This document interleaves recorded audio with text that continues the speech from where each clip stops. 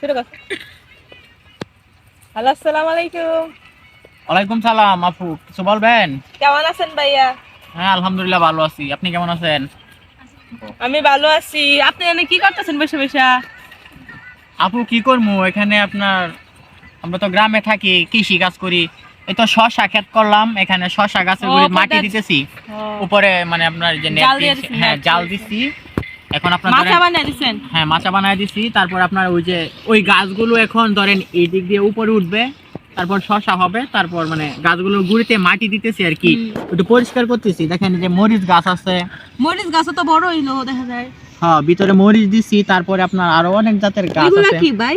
এই গাছগুলো কি? এগুলো তো চিনতে পারতেছি না। এটা মরিচ গাছ না? হ্যাঁ এটা মরিচ গাছ, এগুলো শশা গাছ। ফুল ধরছে। হ্যাঁ হ্যাঁ এটি আপনার খুব অল্প এগুলা দিনে হবে। এগুলা কি তিসি গাছ? হ্যাঁ হ্যাঁ তিসি গাছ।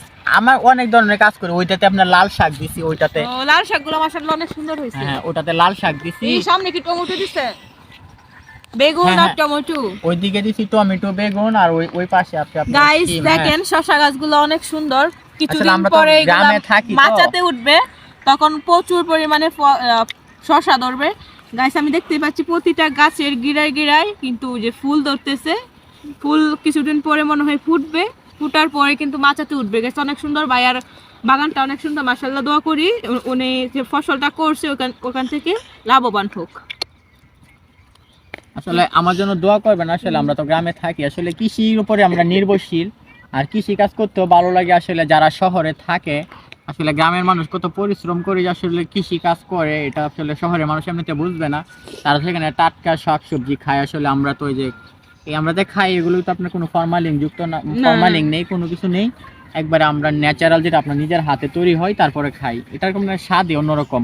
আপনাদেরকে যদি আমি এটা দেখাই আর কি, যে আমি লাল শাকটা করছি ওইদিকে, আপনারা দেখেন এই যে লাল শাক, কত সুন্দর লাল শাক হয়েছে। আপনার ওই যে ওগুলো কিন্তু আপনার এই যে মাছের তরকারি দিয়ে রান্না করলে সেই লাগে। এখন তো ঠান্ডা ঠান্ডা আবহাওয়া, আপনার ওইদিকে তুমি ক্যামেরাটা নিয়ে ওইদিকে যাও, ওইদিকে দেখতে আপনার দেখাই, এদিকে তুমি দেখাও। হ্যাঁ এই যে দেখেন গাইস কত সুন্দর লাল শাক করছে, কত সুন্দর লাল শাক করছে। গাছগুলো অনেক সুন্দর এবং তরতাজা মনে হয়, অনেক সুন্দর। শাক খাইতে এখন শীতকালীন সবজির মধ্যে লাল শাকটা আপনার ওই যে মানে লাল শাকের যে তরকারিটা, তুমি ওইদিকে থাকো। হ্যাঁ তুমি এগুলো আপনার তরকারিটা কিন্তু অনেক ভালো লাগে এবং খাইতে অনেক সুস্বাদু হয়। আর পাশেই কিন্তু ভাইয়া ধান করছে গাইস, দেখেন ধানগুলো অনেক সুন্দর হয়েছে, পাশের জমিতেই ধান করছে। এদিকে যা। আসলে আমার ভিডিও আপনাদের কাছে কিরকম লাগে অবশ্যই কমেন্ট করে জানাবেন। আমি আপনাদেরকে শুধুমাত্র একটু বিনোদন দেওয়ার জন্য, আপনাদের একটু ভালোবাসা পাওয়ার জন্য আমি কিন্তু আপনাদের জন্য কষ্ট করে ভিডিও করি। আমি নিত্য নতুন মানে যা কিছু করি এগুলাই কিন্তু আপনাদেরকে তুলে ধরি। সবাই আমার জন্য দোয়া করবেন, ভালো থাকবেন, সুস্থ থাকবেন। আজকের মতো এখানেই, খোদা হাফেজ, ধন্যবাদ সবাইকে।